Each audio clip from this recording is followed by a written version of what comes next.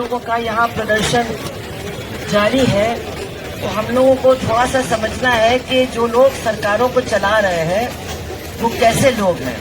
खास तौर से जिन्होंने सबसे ज्यादा दमन किया है मजदूरों के ऊपर, जो यूपी की सरकार को चला रहे हैं, योगी आदित्यनाथ। वो डबल इंजन की बात बहुत करते हैं, लेकिन उनका जो इंजन चलता है वो केवल बुलडोजर का इंजन चलता है और अत्याचार का इंजन चलता है। आज ही उन्होंने उत्तर प्रदेश में एक बहुत बड़ा मजदूरों का वो तो उसको कहते हैं गड़बड़, मजदूरों की हिंसक घटनाएं ये फिर से शुरू होने जा रही हैं।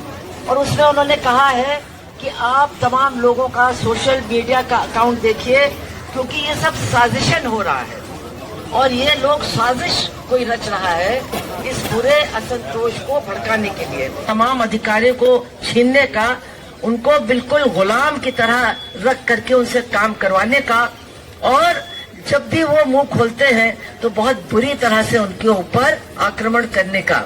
और ये मतलब इस तरह के भद्दे लोग हैं, कभी भी इनको किसी देश के आगे बढ़ाने वाले आंदोलन के साथ कोई मतलब रहा ही नहीं। ये खुद है, ये वही आदित्यनाथ है जिन्होंने बंगाल में जाकर के चुनाव में कहा था, याद रखिए कि स्वामी विवेकानंद ने कहा था, लोग हैं जिनका राष्ट्रीय आंदोलन से, स्वतंत्रता आंदोलन से कोई गले में हार माला पहना करके उनका महिमा मंडन कराओ और उनकी पूरी तरह से सुरक्षा जो है वो समाप्त कर दो। और अब पूरा हमला उनका गरीबों और मजदूरों के ऊपर है।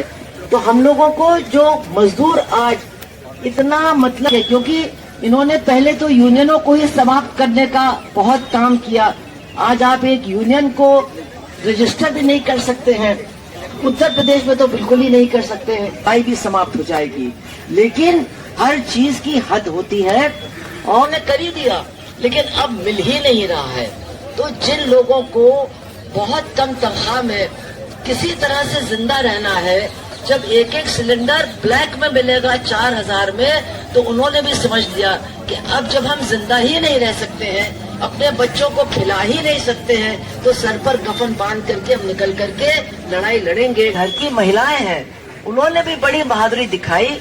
और जो हमारे समाज में सबसे ज्यादा शोषित महिला है, जो दूसरों के घरों में काम करने वाली महिलाएं हैं, उन्होंने भी बड़ी बहादुरी के साथ निकल करके कहा कि हमारा भी तुमको सोचना होगा, हमको भी जीने लायक वेतन देना होगा। तो ये एक बहुत बड़ी लड़ाई है और एक तरफ तो इसका दमन हो रहा है, लेकिन दूसरी तरफ जिन लोगों के अंदर बड़ी निराशा थी, हम में से भी कुछ लोग हो सकते हैं, बड़ी निराशा थी कि अब तो आंदोलन खत्म हो गया, अब तो संघर्ष खत्म हो गया।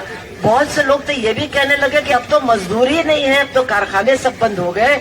लेकिन पिछले 15 दिन से हम लोग देख रहे हैं कि चाहे सिंगरौली हो, चाहे पानीपत हो, चाहे